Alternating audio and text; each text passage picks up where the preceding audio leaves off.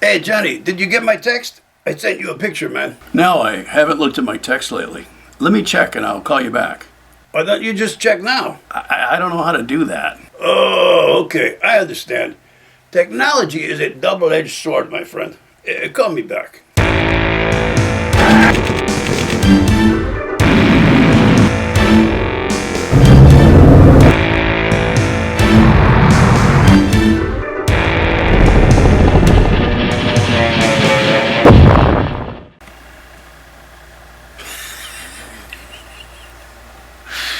Oh.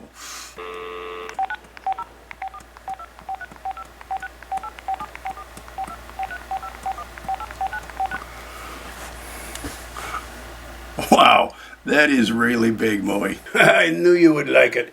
I'm experimenting with corn. What do you mean experimenting? I'm eating corn on different days and then checking to see how soon it passes through my system. The fastest time is 20 hours. I had corn in some high-fiber muffins. It was like a bullet train through my colon, my friend. Well, I am impressed.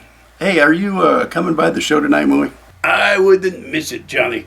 I have a lot of fun hanging out. I'll bring some more of my tequila. Adios, mi amigo.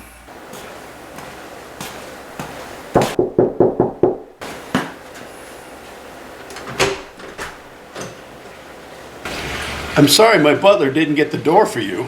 Oh, that's okay. Listen, I'm Wayne Lee Wilkes Jefferson, but my friends just call me Skeeter. I have a favor to ask. Could I use your restroom? I really need to go. You didn't think to do this before you left home? Well, I had a high fiber muffin this morning. You know, fiber is so important when you get older. Nobody tells you these things. I know. All those grandparents just sitting around doing nothing and nobody said boo about fiber. So what happened with the muffins? Well, I guess it wasn't enough and I had to leave for work. You do go into the office first, right? Yeah. Why didn't you go there? I would have liked to, but I still wasn't ready. Ooh, tough call. What normally happens when you have a dilemma like this? Well, normally I just wait until lunchtime and then I drop a bomb off at the Wendy's or something. So what made today different? Well, your special lady gave me a cup of coffee. Oh, yeah, coffee can be very effective in that regard.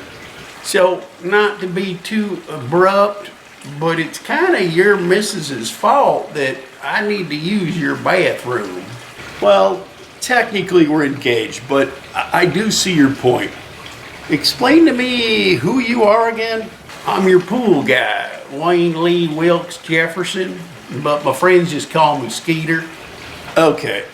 Since this is kind of my lady's fault, I'm gonna make a one-time exception and let you use my toilet. I really appreciate it, Mr. Sharkman. Can I ask where the toilet is? It's over there on the left, Skeeter. Thanks, Mr. S. I guess if you're gonna poop in my house, we have to be friends.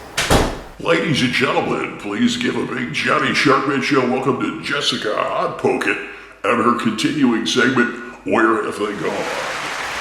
Thank you, Johnny. Good evening, America. I'm Jessica Hot Pocket. We continue to look at the cast from the big show on video from approximately 40 years ago. Tonight, we track down the show's announcer, Mr. Buckethead. He had that name because he literally wears a bucket on his head during the show. Let's take a look at a clip. Ladies and gentlemen, welcome to the big show on video. Let's get ready to chuckle. And now, here's your host, Mike the host. All right. Thanks, Mr. Buckethead. There we go. How you doing, Paul? Okay, Mike. Yeah? How we doing over there? Why don't shouldn't you play me in or something? You've been practicing again, I can tell, Paul. Yeah. I noticed you were touching Mr. Buckethead on the way out. Yeah, well, he needs a little guidance. Okay, just There we asking. go. It's a new shirt, Paul. I'm breaking it in somehow. I'm hoping it hides my flaws. What do you think? Does it hide my flaws, Paul? Yeah, sure it is, Mike. Okay. Okay, good. So you're an expert on UFOs and stuff. Yes, sir. Yep. So you believe in those then, huh? Yes, I do. Yeah. I actually saw a couple once in a while. Yeah, so people, when they see you, they don't think you're wacky, you're nutty. Not at all, not at all. Yeah. There's a lot of people out there that know the truth. Yeah. Because, the What truth do you is think? out there. Because there's, the rumor is there's UFOs everywhere. There is. And, Yeah. I've been studying UFOs and aliens for the last 35 years. And, You wouldn't consider that a waste of time or anything then? Not at all. No. What the hell is that, Mike? I don't know. Apparently, we're being visited Get by that damn thing out of here. the men from Jiffy Pop Land, apparently. Ladies and gentlemen, would you please give a big show welcome to a woman who disappeared more than 60 years ago today on her around-the-world flight, Amelia Earhart. All right. I've always wanted to meet her. Let's find out what the heck happened to her. Hello, Michael. Oh, hello. How you doing, Amelia? Oh, I've been better. Yes, I'll bet you I'm have. pretty darn old, you know. Oh, sure. What the hell are you drinking? I'm not really sure, but somebody keeps making them for me, so I keep drinking them. Okay. I kind of enjoy them. Am I gonna get paid for this? Yeah, we're going to write you this special check out of the special fund, special account. Okay. Because you're such a special person. That's right. Ooh, what is this? Oh, that's one of our high quality awards. Ooh. It's an achievement award For what? for their show. You're kidding. No, I'm not, believe it or not. You can see that Mr. Buckethead was a horrible announcer. But like the island of misfit toys, he fit right in with the rejects that made up the cast of The Big Show. I got to thinking, if any of these guys were probably in jail, it would be Mr. Buckethead. He seemed to have the least amount of talent of the whole cast, which is really saying something of this group of knuckleheads. I wondered what he was doing now. So here is my interview with Mr. Buckethead. How did you start wearing a bucket on your head as a broadcaster?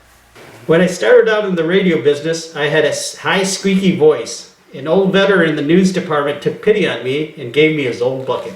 Does wearing a bucket on your head help? It gives you a deeper voice and adds a nice echo as well. That old veteran was Rock T. Stone. Rock T. Stone? The guy doing the news on NNN? Yeah, he's a lot older than you'd think. He had so much work done, it's ridiculous. That's definitely not his actual hair. Wow, I had no idea. He's always been old. Wow, mind blown. Yeah, when Rock was just starting out, he was the radio announcer that covered the Hindenburg exploding. He must be over 100 years old now. I'm getting off track. How did you first get involved in The Big Show on video? I was working for a radio station in Kenosha, Wisconsin, doing the news. Mike, the host, and Tommy Gunn Gates, the eventual hosts of The Big Show, worked as DJs there. So they liked your work and you became friends with them? Actually, no. When the video show began, they had both just been fired from their radio station. They had no money in the budget. They called me out of desperation because I worked cheap. Well, that sounds quite chaotic. It was a complete clusterfuck. Did I say that on your show? Well, that's okay. We'll edit that out. Wow, that's great. We can never do anything so technical on The Big Show. So it really was run on a shoestring budget, just like it appeared to be, right? Oh, it was worse than that. There were a lot of things that didn't make it on the air that were even worse than the show. You know the movie Animal House? This was more like Idiot House. Well, that sounds juicy. Can you share some of those stories? I'm sure my viewers would love to hear some of those stories. Well, I'm not supposed to, but what the hell. I'm sure most of the cast are already dead or in jail. That's what I said. Spill that tea, my friend. That's where we leave the interview for part 1. Join us next time on the Johnny Sharkman Show for part 2 of the interview with Mr. Buckethead. Back to you now, Donnie. We look forward to part 2 of the interview. We'll be right back after this commercial break.